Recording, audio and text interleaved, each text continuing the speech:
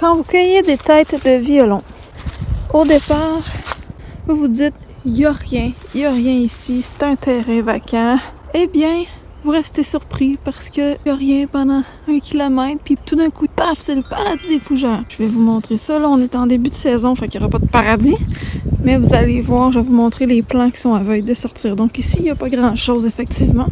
Je vais juste marcher un petit peu plus loin, le long de ce ruisseau. On en voit un peu ici qui sont des fougères de l'année passée qui ont comme toffé l'hiver et là sont toutes aplaties au sol. À la fin de la saison, les fougères vont toutes être déroulées comme ça. Vous voyez au loin les petites taches de plantes vertes? Ces plantes-là, ils poussent au même endroit et pas mal en même temps que les têtes de violon. Quand vous voyez qu'ils commencent à sortir, c'est un bon indice pour vous dire où que les violons vont sortir en premier. Et un autre indice, c'est quand ces plantes sont à environ 1 pied de haut, c'est que les têtes de violon sont prêtes. Mais là, on va en trouver quand même quelques-unes, des précoces. Donc, on va marcher un petit peu. Ici, il y a des plants de têtes de violon. Vous les voyez pas, hein? Elles sont pas prêtes, mais c'est juste pour vous montrer. Quand ils vont être prêtes, ils vont être cachés de la même façon parce qu'il y a beaucoup de feuilles mortes. Et à bien des endroits, le vert n'a pas le temps de sortir, donc c'est vraiment de la même couleur. Vous voyez, ça c'est un plant ici, ça en est un autre. Et celui-là aussi. Il y en a un autre ici. Et puis un autre là. Il y en a un peu partout, là, j'en vois plein. Donc ici, ça va être tout plein de têtes de violon, mais elles sont pas prêtes de sortir. Je vais vous montrer. Ceux-là, premièrement, ils vont être trop petites, là, mais regardez, il y a encore toutes leurs écailles brunes. Ça veut dire que le plant est pas prêt du tout. Et voilà. Ça, premièrement, c'est trop petit. Et je vais vous le montrer, là, mais regardez. On voit que le médaillon, quand il va sortir, il va être minuscule. C'est quasiment juste gros comme mon doigt. C'est trop petit. Il faut que ce soit environ la grosseur d'un 25 sous minimum. Quand c'est des gros comme des 2 $, c'est ce qu'on aime. Donc ça, c'est beaucoup trop petit. C'est gros comme un 10 sous. Voilà, en dessous des écailles, la tête de violon, elle est là.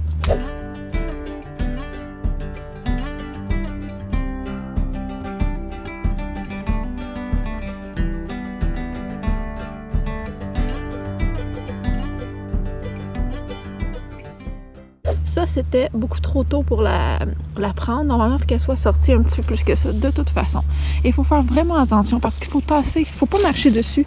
Et avec nos pieds, il faut tasser les feuilles parce que vous allez voir, même quand ils sont prêtes, on les voit pas tant s'il y a des feuilles par-dessus.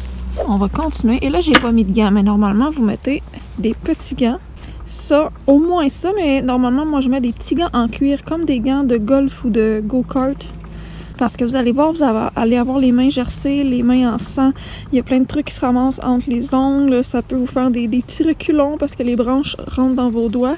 Ici, là, question de ne pas maganer vos mains. Souvent, on met les mains dans les orties ou dans le sable parce qu'il y a des endroits, des terrains qui sont plus sableux. Il faut vraiment aller chercher les têtes de violon dans le sable. Bref, il faut mettre des gants.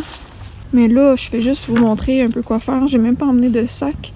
Normalement, on met les têtes de violon que dans des poches de jute une fois qu'on transvide les chaudières parce que c'est seulement ça qui est toléré. Et il y a une raison pour ça, c'est parce que il y en a qui mettaient ça avant dans des poches comme en plastique, un peu comme des poches de moulé, là, ou dans des sacs d'épicerie, whatever, ou même un sac en tissu, mais c'est pas bon parce que les têtes de violon, c'est très fragile à la température et ça faisait noircir, ça faisait pourrir les têtes de violon et ça gardait pas la fraîcheur, tandis qu'une poche de jute, c'est parfait. Vous pouvez la mouiller juste un petit peu s'il fait vraiment trop chaud, puis ça va garder sa fraîcheur le temps que vous allez les porter au distributeur, au grossiste en tout cas. Mais là, j'en ai pas emmené puisque je vais en ramasser juste un petit peu. Il y a plein de plants là, donc ça c'est un plant ici. Ça évidemment, c'en est un autre. On voit une fougère de l'an passé qui est debout. Des plants de fougère, toutes les espèces de taches brunes foncées là qu'on voit, ce sont des plants de fougère. Là, je vais vous donner des trucs là. Au bord des troncs d'arbres ou des arbres morts qui sont couchés par terre, vous allez trouver les meilleures grosses têtes de violon. Et normalement, ils sortent plus tôt que les autres. Comme une journée plus tôt. Comme là, celle-là, là, je pourrais la ramasser. Tu sais, c'est pas l'idéal, mais il faut bien que j'en ramasse un petit peu vu qu'on est vraiment très tôt en saison. Comment vous faites? Vous prenez la tête de violon. Les têtes de violon, comment c'est arrangé dans le plan? Sont tous, faut toujours partir du milieu de la rondelle puis tirer vers l'extérieur. Et ça casse tout seul. Faut pas y aller avec un couteau, là. Comme vous voyez ici, ceux que je vais prendre, peut-être, mettons, ces deux-là. Les autres sont trop rentrés, là, même ceux-là en théorie. Là. Comme vous voyez, on la voit, puis ça va casser tout seul quand c'est prêt. Voilà. Bon. Normalement, vous pouvez prendre une queue. Donc ça, c'est juste le médaillon, mais quand c'est déroulé un peu, vous pouvez prendre la queue environ la grosseur de votre paume de main, donc pas plus. Voilà. Voilà. On me fait la remarque tout à l'heure parce que j'ai croisé des gens, je croise du monde dans le bois et des gens qui posent des questions, qui sont curieux. Moi, je suis super contente de leur montrer comment ça fonctionne, comment en cueillir. Et la madame m'a dit qu'elle s'était fait donner un autre truc par un autre cueilleur. Et je l'ai trouvé cool, fait que je vais vous le mentionner. C'est que la tige d'une tête de violon, là, il y en a des plus petites que d'autres, mais la tête de violon idéale, la tige elle est gros comme un crayon mine, un crayon de plomb, un crayon couleur. C'est sûr que plus petit, si t'en as un petit peu, tu sais, ça goûte pareil, c'est juste que c'est pas esthétiquement la meilleure chose au monde. Et plus gros, ben, c'est encore mieux aussi. Mais elle m'a fait remarquer que la tige était en forme de céleri. J'ai fait comme, ouais, c'est vrai, mais c'est pas... Ça va pas tant avec la grosseur parce que vous voyez, celle-là, elle est quand même petite, là, comme tige. Je sais pas si vous voyez mon doigt pour comparer, puis j'ai des mini-doigts, moi, là. C'est que la tige, elle est vraiment petite et elle est en forme de céleri. Tu sais, le creux que ça fait, là, ici, là. Ouh, je sais pas si vous voyez. Bon, en tout cas, il y a comme un creux de céleri. Il y en a sur les mini-tiges, là. C'est pas obligé d'être des grosses têtes de violon. Mais en tout cas, c'était quand même un bon truc, évidemment. En passant où je suis, là, moi, je suis passée il y a 3 jours. Donc, ce que vous allez voir que je vais ramasser, c'était complètement dans le plan, comme des plans pas prêts. C'était comme ça il y a 3 jours. Donc, si vous en voyez qui sont vraiment prêtes, là, c'est parce qu'entre-temps, ils ont sorti. Donc, ça va quand même très vite dès qu'il commence à faire chaud un peu, puis qu'il y a eu une bonne pluie. Ça peut dérouler en un après-midi. Oh! Comme là, j'ai d'arriver dans un terrain où il n'y en avait pas du tout il y a 3 jours. Moi, je les vois, je suis habituée, donc ça met des beaux que je vais ramasser. C'est vraiment la grandeur idéale, là. Vous pouvez casser la tige juste ici. C'est la grandeur parfaite. Là, quand vous êtes habitué, vous faites ça d'un coup de scrout en une main.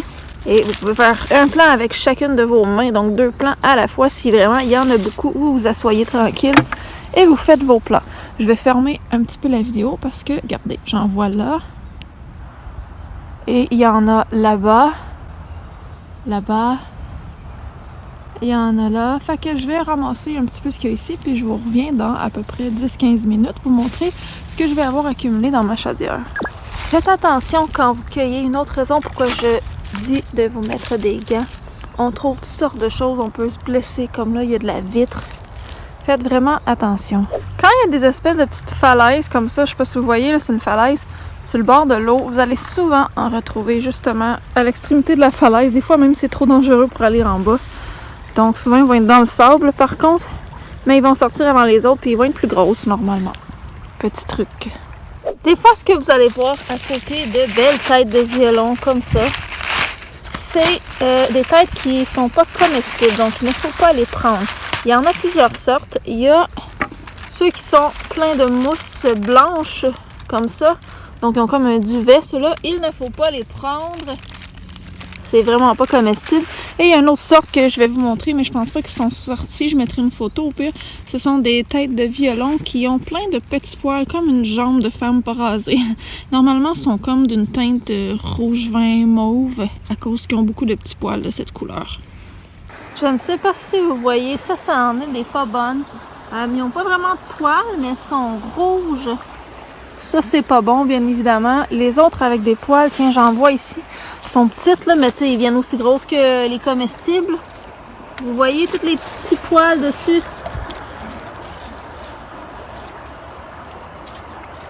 Ça, c'est pas bon. C'est les feuilles, en fait, qui sont comme... Je sais pas, je sais pas, mais c'est pas bon. Faut pas les cueillir, ceux-là. Je sais que ça peut paraître long, ramasser des têtes de violon, surtout en début de saison. Vous vous dites, moi aussi, ça avance pas vite, je marche beaucoup, il y en a pas tant que ça. Mais dites-vous que chaque rondelle que vous prenez, c'est comme si vous vous penchez pour ramasser un 5 sous. C'est comme ça que je garde ma motivation.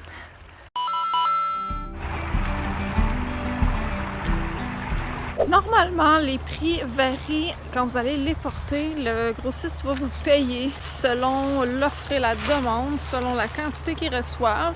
Donc au Québec, les prix sont... Je suis désolée, la qualité va changer. J'ai manqué de place dans mon téléphone. Donc ce que je disais, c'est au Québec, les prix qu'on nous donne vont varier selon l'offre et la demande et ça fonctionne du kilo. Tel prix du kilo pour votre cueillette. Les prix varient souvent entre 6 $ en tout début de saison et ça va jusqu'à, je pense que ça descend pas en bas de 2 $ le kilo. C'est vraiment pas du tout le prix que vous voyez en épicerie quand vous allez en acheter. C'est pas du tout ça qu'on a comme cueilleur. À l'épicerie, ça varie souvent. Le plus bas prix que j'ai vu, c'était 22 $ le kilo, mais eux fonctionnent en livres, donc vous pouvez transférer le montant en livres. Ils vendent ça par petites poignées, là. Donc 22 $ le kilo, ou j'ai déjà vu 36 $ le kilo, donc c'est ça, ça dépend. Et bien sûr, c'est pas aussi frais une fois rendu à l'épicerie, même si souvent c'est dégueulasse. Je pourrais vous mettre une photo ici.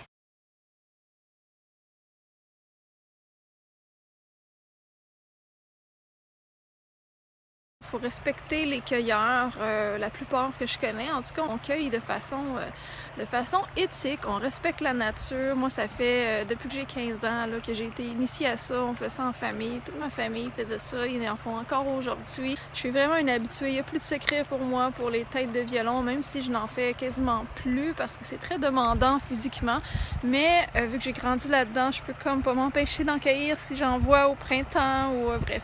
Et j'aime bien ça en vendre aussi à des particuliers parce que pour le peu que je ramasse, honnêtement, ça vaut vraiment pas la peine si je vais les porter aux grossistes et parce que ça fait plaisir à tout le monde d'avoir des têtes de violon pour moins cher qu'à l'épicerie. La saison commence quand elle est précoce à la fin avril. La meilleure partie de la saison, une saison normale, c'est en plein mois de mai que c'est la saison abondante. Quand la saison elle est tardive, ça peut aller jusqu'en début juin. Donc de fin avril à début juin, c'est possible. Et là, je voulais vous dire une chose. Quand vous voyez d'autres gens, d'autres cueilleurs, les terrains, là, ils vous appartiennent pas. Respectez les spots où les gens y sont. Là, je vois des gens sur mon chemin qui cueillent également.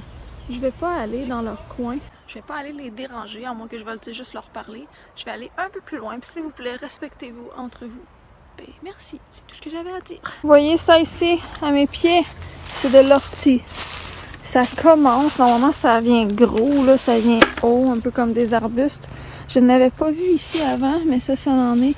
Et souvent les têtes de violon vont pousser là-dedans. Et ça, si vous mettez votre main là-dedans, ça pique. À ce moment-là, je suis pas sûre par contre. Mais normalement, ça pique. Ça pique, mais ça pique pas comme un cactus, ça pique comme une allergie. Mais ça se mange, vous faites une soupe avec ça. Mais honnêtement, je pense que je me suis trompée. C'est pas de l'ortie, ça. Non, c'est pas de l'ortie. Ça y ressemble beaucoup parce que quand c'est bas, ça ressemble un peu à n'importe quoi. Mais dès que ça va grossir, vous allez voir, ça va se différencier. Je vous mettrai une photo juste pour vous montrer que ça se ressemble vraiment, là.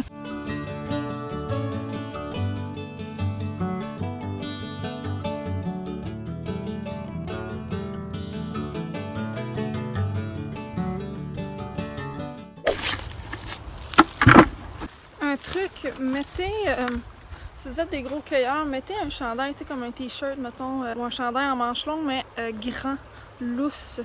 Il y a même des gens qui se fabriquent des chandails kangourous, comme on appelle, parce que quand vous êtes pris au dépourvu, qu'il y a beaucoup de têtes de violon, vous n'êtes pas capable de toutes les cueillir, ou que ça ne rentre plus dans vos poches ou votre chaudière, il y en a ce qu'ils font, c'est qu'ils les mettent, ça va plus vite, comme ça vous n'avez pas besoin de vous relever tout le temps, et les mettre dans une espèce de un chandail à poche. Fait que si vous avez un grand chandail, vous pouvez faire comme ça, tu sais, puis l'attacher, au pire, faire une poche temporaire. Bien sûr, vous ne laissez pas ça là-dedans, puis vous les transférez. De toute façon, quand ça arrive au grossiste, c'est laver, traiter, laver à pression, puis il faut les refaire blanchir quand vous les achetez au magasin ou si vous les cueillez vous-même. Tu sais, les bactéries, là, ça s'en va, là.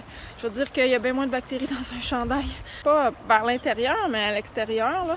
Comme si vous auriez un chandail avec une grande poche en avant. Que dans la nature, là, sur le bord de la rivière, où est-ce qu'il y a plein d'animaux qui vont faire leurs excréments, que c'est alimenté par l'eau de rivière. Tu sais, c'est dans le bois, il y a des bébites, il y a toutes sortes d'affaires, là. C'est pour ça qu'il faut les nettoyer. Mais sinon, ça vous empêche pas de vous les mettre dans un chandail. Il y en a vraiment qui prennent du fil à coudre et qui s'en font eux-mêmes. Ça peut aller mieux pour faire, mettons, un petit spot puis aller vous vider dans la chaudière. Des fois, des chaudières, ça vient chiant à traîner si vraiment vous êtes dans un endroit où il y en a beaucoup. C'est un petit truc. Normalement, prévoyez-vous une bouteille d'eau toujours, un chandail à enlever si vous avez froid ou chaud, parce que tu sais, des fois il reneige, des fois il fait vraiment très froid. Bon, c'est sûr on les ramasse pas s'il y a neigé, si ça a gelé, parce que les grossistes vont pas vouloir s'acheter de toute façon. Les têtes de violon viennent noircies comme la photo ici, donc ça c'est pas bon à cueillir à ce moment-là, c'est pas bon à manger, mais sinon il peut faire quand même très froid après une journée comme ça, où il peut mouiller puis c'est dégueulasse. Donc emmenez-vous une bouteille d'eau et un chandail que vous accrochez après une branche d'arbre que vous prenez en partant, oubliez-le pas. Emmenez-vous plusieurs sacs, des poches de jute en fait, comme je vous disais, accrochez-les quelque part après un arbre, et quand vous voulez transvider votre chaudière, retournez au sac que vous mettez proche de la sortie du terrain où vous êtes pour pas les transporter tout le terrain. Cachez-les bien pour pas vous les faire voler, bien sûr. Il y a des gens malhonnêtes quand même. Et c'est ça, on continue. Ça fait à peu près 10-15 minutes, là, mais mon téléphone n'a pas arrêté de sonner, fait que, puis il n'y en a pas beaucoup. Fait que j'ai vraiment pas avancé vite, là. Voilà. J'ai que ça pour le moment, mais normalement, c'est une petite chaudière. J'ai pas pris une grosse chaudière, mais normalement, une chaudière comme ça, en genre 20 minutes, c'est supposé d'être rempli, ok? Sinon, vous n'êtes pas rentable à l'heure. Je dirais que les grosses chaudières blanches, là, ordinaires, là, comme on voit souvent, 45 minutes, 1 heure, vous êtes encore correct. Mais si ça vous prend plus que ça, faut trouver un truc pour aller plus vite. Pour faire une moyenne, un bon cueilleur à temps plein va cueillir dans sa journée de 1 à 4 poches. Bon, ça a déjà été beaucoup plus et beaucoup moins. Ça dépend à quel moment de la saison on parle et sur quel terrain ils sont, bien évidemment. Ce qui est le fun dans le bois, c'est que pendant que vous cueillez des têtes de violon, vous voyez souvent des champignons. Bon, ceux-là, c'est pas comestible, mais informez-vous, parce que si vous trouvez un champignon, ça vaut genre entre 100, 200 $, même des fois plus, et vous l'apportez au même endroit, au même grossiste qui prennent les têtes de violon, parce qu'en fait, ils prennent tout genre de produits des bois, donc ça peut être très payant. Bien sûr, mangez pas n'importe quoi, s'il vous plaît. Au pire, si vous n'êtes pas sûr, amenez-le.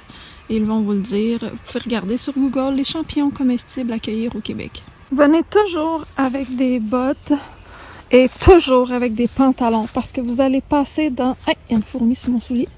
Vous allez passer dans des endroits que, bon, vous allez avoir les jambes toutes graffinées sinon. Donc, venez vraiment avec des pantalons. Et des bottes, parce que c'est ça. Pas besoin d'explication, je pense.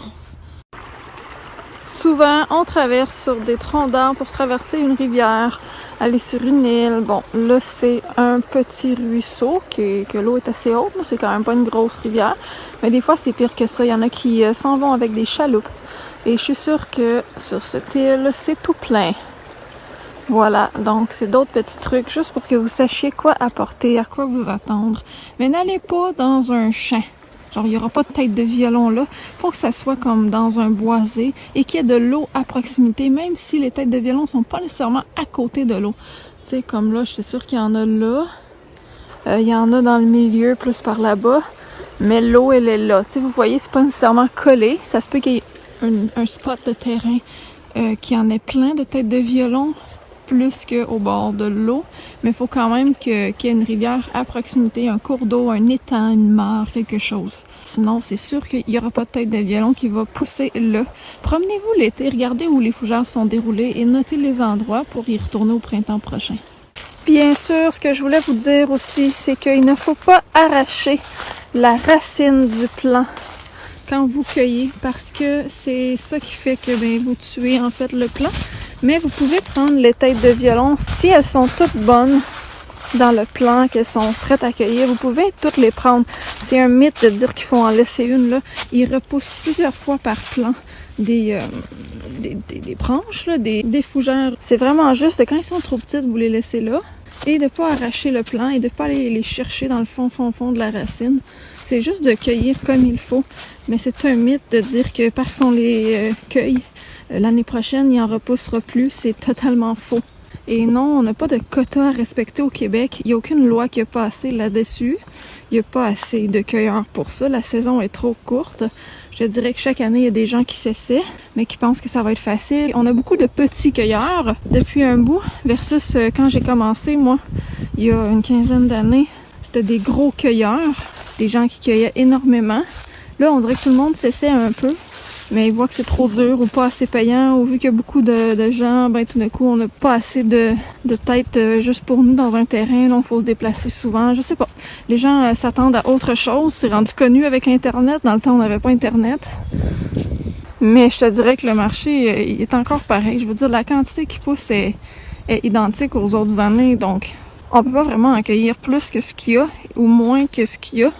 S'il y a trop d'offres pour la demande, les grossistes qui achètent les têtes de violon des cueilleurs vont seulement soit terminer la saison ou bien ils vont seulement dire ben là on a vraiment beaucoup de têtes de violon, donc on vous donne que très peu du kilo, donc là il y a quasiment plus de gens qui vont en ramasser. Donc tu sais, c'est quand même fait de façon éthique, correcte, faut juste éviter de détruire la nature. Mais informez-vous avant d'avoir des préjugés sur les cueilleurs, parce qu'avec les années j'en ai entendu de toutes les sortes et je trouve ça insultant parce que c'est des gens qui connaissent pas ça, comme d'habitude, qui vont critiquer. Oh wow! Regardez cet arbre! Il est vraiment très beau. Fait que là, je m'en retourne à l'auto parce que c'était juste pour venir voir. Je suis pas dans un terrain où il y en a vraiment beaucoup. C'est un petit terrain facile d'accès avec des sentiers. Il y a beaucoup de gens qui cueillent pas, qui passent ici. Puis moi, j'avais que 1 heure à peu près. Je travaille tout à l'heure. Avant, on faisait la saison de cueillette pendant 10 jours. Nous, c'était ça. Je te dirais que ça dure un petit peu plus, quelques jours avant, quelques jours après. Mais c'est que quelques jours après, ça vaut plus la peine parce que le prix du kilo était rendu trop bas. Et quelques jours avant, c'est qu'il n'y en a pas assez. Tu cherches longtemps. Fait que d'autres, on faisait une période de 10 jours, mais genre à côté. Quand on le faisait en famille, quand j'étais plus jeune, c'était dès que le soleil se lève et jusqu'à temps que le soleil se couche, on était dans le bois. Donc, c'est quelque chose. On a été les plus gros cueilleurs au Québec une année. On ramassait plus de 2 tonnes de têtes de violon. C'est beaucoup. Là, j'ai genre 1,5 kg. C'est plus comme avant. Fait que là, j'ai pris ça relax. J'ai fait juste une petite heure. On dirait que je peux pas m'empêcher. Déjà, c'est le printemps. J'aime ça aller... enfin, tu sais, l'hiver est fini. Fait que j'aime ça aller me promener dans la nature, tout ça. Enfin, il fait chaud. C'est le fun. Mais là, je vois les têtes de violon et je ne peux pas m'empêcher de pas en ramasser. C'est juste un petit peu au moins. Fait que là, je me suis dit, je vais informer les gens. Parce que je suis pas du genre à vouloir garder tout pour moi-même. Je sais qu'il y a des cueilleurs que tout est secret. Ils disent pas leur spot. Ils disent pas comment en ramasser. Ils essaient d'en parler le moins possible pour pas qu'il y ait trop de gens. Mais c'est un gros mythe. Il faut de la relève. Parce que quand tu fais ça pendant quelques années, de façon acharnée, après, t'arrêtes, je te le dis, ou tu y vas plus mollo, parce que c'est très dur. Nous autres, par exemple, on allait monter et descendre des grosses falaises.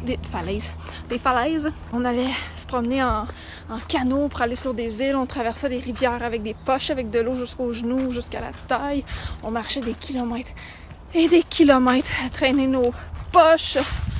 Je me souviens, il y a une année, il a fallu que j'escalade une falaise. Quand je dis falaise, c'est des falaises de roc, là. Avec des poches sur le dos, des chaudières dans une main, des bouteilles d'eau, les chandails roulés autour de notre tête. Je voulais mourir. Mais on n'avait pas le choix. On était en plein milieu de nowhere. Tu sais, c'est très difficile. Des fois, tu sais, c'est toujours penché, debout. T'as mal dans le dos, c'est épouvantable. T'as les mains, les jambes en sang, tout graffinier. T'as tous les ongles, les bouts de doigts gonflés. Pendant un petit bout, tu sens plus au bout des doigts quand tu touches. C'est vraiment quelque chose. Tu sens l'eau de rivière et le poisson toute la journée. J'ai même déjà été face à face avec un ours. Ouais, je voulais pas aller sur l'île où mes parents allaient. Je voulais pas me mouiller. Je me suis dit, je vais aller voir de l'autre côté de la rivière, en fait du côté où j'étais, pour ne pas avoir à traverser. Et là, il y avait des mini-falaises, c'est comme des petites falaises sur le bord d'une rivière, là. C'est pas rien. Fait que là, moi, je marchais comme au-dessus des falaises. Et je suis arrivée en haut d'un pic de falaise, on va dire. Et je suis arrivée face à face avec un ours. J'ai comme descendu de reculons. Oh. Quand je voyais plus l'ours, je partais à courir. Puis, je traverse la rivière, attendez-moi! Ah ouais, c'est ça. Fait qu'il arrive toutes sortes de choses, c'est très difficile. Ce qui est encore plus difficile, c'est qu'après d'avoir travaillé si fort, d'avoir eu chaud, ou fret, des fois c'est vrai, des fois il neige ou il mouille, c'est dégueulasse, c'est froid. Mais d'habitude, après avoir eu chaud, ce que tu as envie de faire, c'est d'aller dépenser ton profit avant même de l'avoir, avant même d'avoir été les vendre aux grossistes, c'est de dépenser ton profit avec de la bouffe de resto parce que, évidemment, t'as pas le temps, ça te tente pas de cuisiner. Tout est sale chez vous parce que vous avez les pieds trempes, vous faites pas le ménage pendant ce temps-là, il y a des violons partout. Vous avez envie d'aller au resto, passer les premières belles journées, d'aller manger dehors sur une terrasse, dans une cantine, de prendre la crème glacée, machin. Puis là, vous perdez tout votre profit. Ça, c'est pour ceux qui font ça temps plein. Avant, c'est ça, c'était pendant 10 jours qu'on faisait ça. Puis on manquait le travail même. Mon père prenait congé, je m'en souviens, parce que c'était plus payant de faire ça. Mais plus payant, parce qu'il est travaillant, on s'entend. On a emmené plein de gens avec nous qui voulaient être initiés à ça. Les gens pensent que c'est de l'argent facile. On avait emmené une famille même. Puis la famille, là, il était 5 à accueillir, dont 2 adultes, un ado, puis les autres, c'est des enfants, mais quand même. Mon frère était enfant, puis en cueillait. En tout cas. Puis à la gang, toute la famille ensemble, je ramassais plus qu'eux autres. Chaque personne de nous, de notre famille, ramassait plus à lui seul. Et on allait en même temps, là, tu sais, on allait en même temps, aux mêmes places, là. On y allait ensemble. Fait qu'on ramassait chaque personne seule, plus que eux, tous ensemble. Les gens pensent que ça va être facile, là. C'est pas très agréable, mettons, puis tu manques les premières belles journées de printemps. Puis moi, il y a un coup de chier, ça arrive toujours dans ma fête. Comme là, c'est ma fête demain. Fait que là, on va aller laver ça. Je vais pas aller les porter au grossiste, pas 1,5 kg, tu sais. Et je vais me préparer à aller travailler. J'espère que vous avez aimé cette vidéo. Si vous avez des questions, je ferai peut-être un petit live, un petit direct sur le groupe Facebook que je viens de créer, des têtes de violon.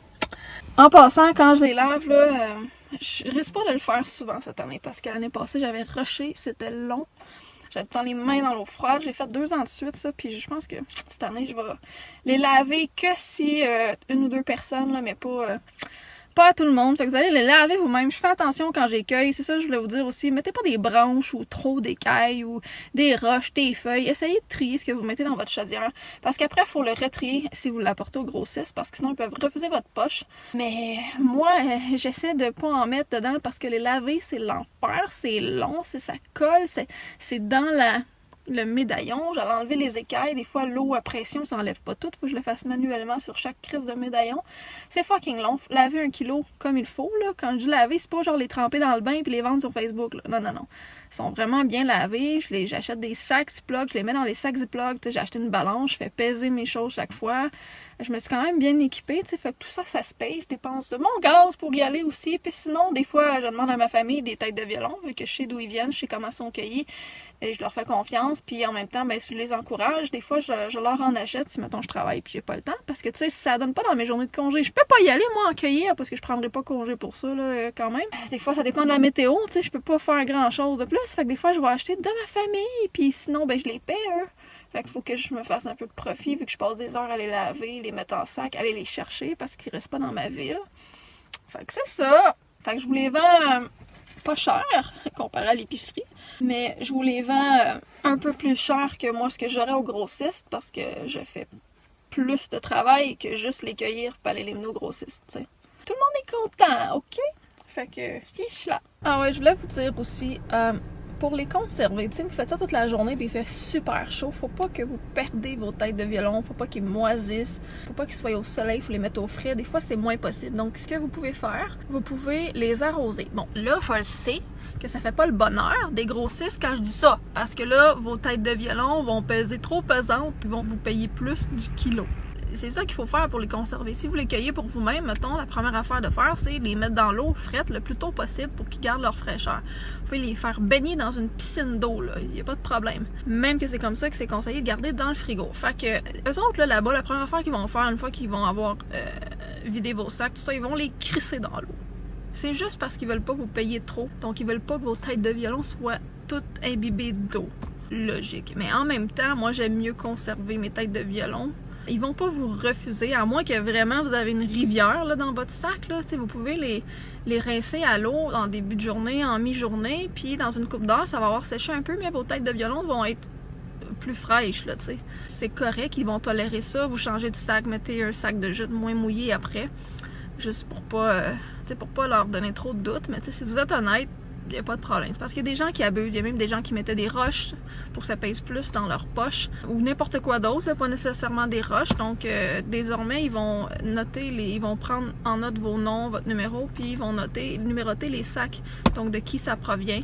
Et les points de chute où on va les déposer, quand le grossiste vient chercher toutes les poches à chaque point de chute du Québec, ils vont pas payer les points de chute s'ils ont accepté des sacs de gens qui ont mis n'importe quoi dans leur sac ou qui essaient de frauder, whatever, là, ou que leurs têtes de violon sont jamais belles, ou il y a plein de branches, plein de cochonneries dedans. Le point de chute aimera pas ça, ne pas se faire payer, tu sais, parce que là, lui, il a déjà payé le client qui est venu porter le cueilleur, en fait. Donc, c'est ça. À cette heure-là, c'est un petit peu plus compliqué qu'avant à ce niveau-là. Donc, souvent, vous allez avoir votre argent seulement le lendemain, ou des fois même le surlendemain, quand que le point de chute va avoir été officiellement payé, que votre sac va avoir été accepté à l'autre bout au grossiste. Bon, des fois, pour quelques kilos, ils vont vous payer tout de suite. Ils vont bien le voir à l'œil que tout est correct. Mais si vous arrivez avec plusieurs sacs, c'est sûr que ça peut prendre une journée ou deux, à moins que vous allez directement là-bas. Il y a une place au Québec, là, j'ai quasiment toutes les adresses, là. Il y a une place, en fait, le grossiste, l'usine, là, qui se promène dans tous les points de chute. Eux, ils ont un endroit que vous pouvez aller directement là-bas. C'est sûr que ça peut être très loin de chez vous, là, on s'entend, là, parce que c'était Asbestos, ça a déjà été comme plus vers Wickham, là, mais bref. Fait que si vous allez direct là-bas, ils vont vous payer tout de suite parce que c'est eux qui analysent les sacs, dans le fond. OK. Je pense que là, j'ai plus rien à dire. Peut-être. Fait qu'on se dit bye bye, allez voir d'autres vidéos. Je mettrai des liens de temps en temps sur le groupe Facebook des têtes de violon. De mes aventures dans le bois pendant que je cueillais, ou bref, tu sais, si vous voulez voir à travers les années un peu ce que j'ai fait. Je suis même tombée un moment donné sur un cadavre, une carcasse d'animaux morts. On tombe sur toutes sortes de choses dans le bois. Donc c'est ça, si ça vous tente de suivre ces aventures-là, si ça vous intéresse d'en cueillir, ben regardez les autres vidéos que je vais mettre au fil du temps, puis je vais faire un live, donc un direct, vous allez pouvoir me poser des questions en direct sur ce groupe Facebook. Ok, nous autres on se dit à bientôt. Je suis arrivée chez moi, fait que je voulais juste vous dire une chose. Pour les femmes comme moi, si vous prévoyez passer toute la journée ou plusieurs heures dans le bois, il n'y a pas de toilette, hein, fait qu'il faut penser à ça, faut s'amener des trucs. Ou ben vous allez faire pipi caca dans le bois ou dans la rivière si ça vous tente de vous mouiller jusqu'à la taille et faire pipi. Mais il faut vraiment réfléchir à ça, c'est un petit peu plus compliqué pour les femmes. Surtout que, tu sais, il faut boire, parce que on travaille gros, on dépense beaucoup d'eau, donc il faut boire et manger juste assez pour avoir de l'énergie. Et pas être déshydraté, mais pas trop parce que vous allez avoir envie d'aller aux toilettes et ça vous tente pas, je vous le jure. Je termine cette vidéo en vous montrant quelques recettes que l'on peut faire avec des têtes de violon. Question de vous inspirer un peu, de vous donner le goût de goûter à ça si vous avez jamais goûté ou bien d'en remanger si vous en avez déjà acheté. Donc on peut les mettre sur une pizza. On peut faire cuire les têtes de violon avec un bouilli, avec des légumes, de la viande. On peut faire un mélange de patates avec tête de violon ou bien mettre ça en marinade ou encore en salade, en potage, en ce que vous voulez. La seule chose, c'est qu'il faut bien les faire blanchir avant, donc bouillir pendant 2-3 minutes et ensuite vous pouvez soit les conserver au frigo pendant quelques jours ou les mettre au congélateur ou bien les faire cuire de la façon que vous voulez. Ne jamais les manger crus. Quand vous mettez les têtes de violon au frigo, vous devez mettre de l'eau froide dans les plats et fermer votre plat. Si vous les gardez plusieurs jours comme ça dans le frigo, vous devriez changer l'eau chaque jour. Les faire blanchir sert à retirer les toxines qui pourraient être encore dans les têtes de violon. Quand vous allez faire blanchir ou faire bouillir par la suite les têtes de violon dans l'eau, vous allez voir que votre eau va devenir rapidement brune. C'est normal, ce sont les toxines qui sortent. Et on emploie le mot toxique, mais c'est pas au sens dangereux, mais c'est simplement que vous pourriez avoir des crampes, des petites nausées et aller aux toilettes pour 1 heure ou 2. Vous voyez ce que je veux dire? Dans le pire des cas. Mais lavez-les bien, même si je l'ai déjà fait si vous les prenez de moi par exemple. Assurez-vous que les bouts sont coupés, un peu comme un légume normal là, que vous achetez à l'épicerie. Si vous voyez une tête de violon qui est noircie ou qui est ravagée par un insecte qui se serait glissé dans le sac, enlevez-la. Si vous voyez qu'il y a vraiment la tige de dérouler avec les feuilles sur la tige et non dans le médaillon, jetez-la. Parce que quand les fougères sont déroulées, ce n'est plus comestible. Bon, là je vais vous montrer un peu en accéléré. Je vais couper des parties. Mais c'est juste pour vous donner une idée de quelle façon on peut les laver et un peu du temps que ça peut prendre. Ce qu'on voit là, c'est une petite poignée seulement là, que j'ai pris. On met l'eau à la plus forte pression qu'on a et l'important c'est de les brasser beaucoup, faut pas avoir peur de les brasser. Prendre un tamis qui a des gros trous comme on peut voir et enlever les branches comme celle-ci et les cochonneries qui peuvent s'être glissées. On les rince bien comme il faut si les écailles collent après. Et ensuite, on va les remettre dans le tamis pour refaire une autre session de brassage. Bon, on répète ça souvent jusqu'à temps qu'on voit que les têtes de violon semblent bien lavées.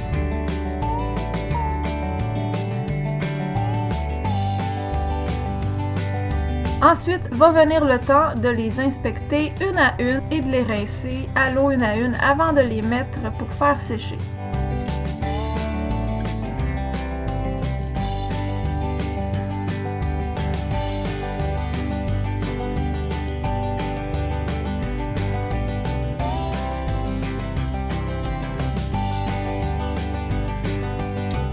Comme ici, on voit qu'il y a une tête de violon avec une tige abîmée, qui n'a pas l'air belle, donc on la coupe simplement. Mais vous la coupez avec vos doigts, là, vous la cassez en fait. C'est vraiment pas nécessaire de prendre un couteau, même que ça va faire plus noircir le légume que d'autres choses. Et là, vous voyez, c'est la première que je mets dans le tamis à faire sécher. Et on y va une par une en écartillant le début de la rondelle pour bien enlever les écailles qui peuvent s'être coincées.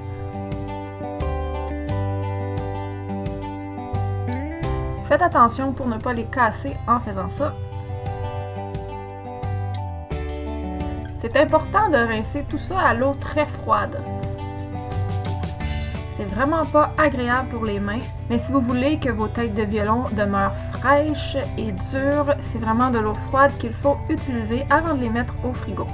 J'ai pris un petit peu plus mon temps parce que je voulais vous montrer, mais quand même c'est très long et j'avais l'avantage que cette tête de violon était quand même très belle et les écailles collaient pas tant après comparé à bien des fois. Donc ça donne ça pour ma petite poignée. Dites-vous que 1 kg équivaut à une quinzaine de fois ça. Et cette petite poignée à laver m'a pris une dizaine de minutes. Bon, ça suffit, j'ai les mains gelées comme vous pouvez voir. Voilà, c'était les petits conseils que je pouvais vous donner.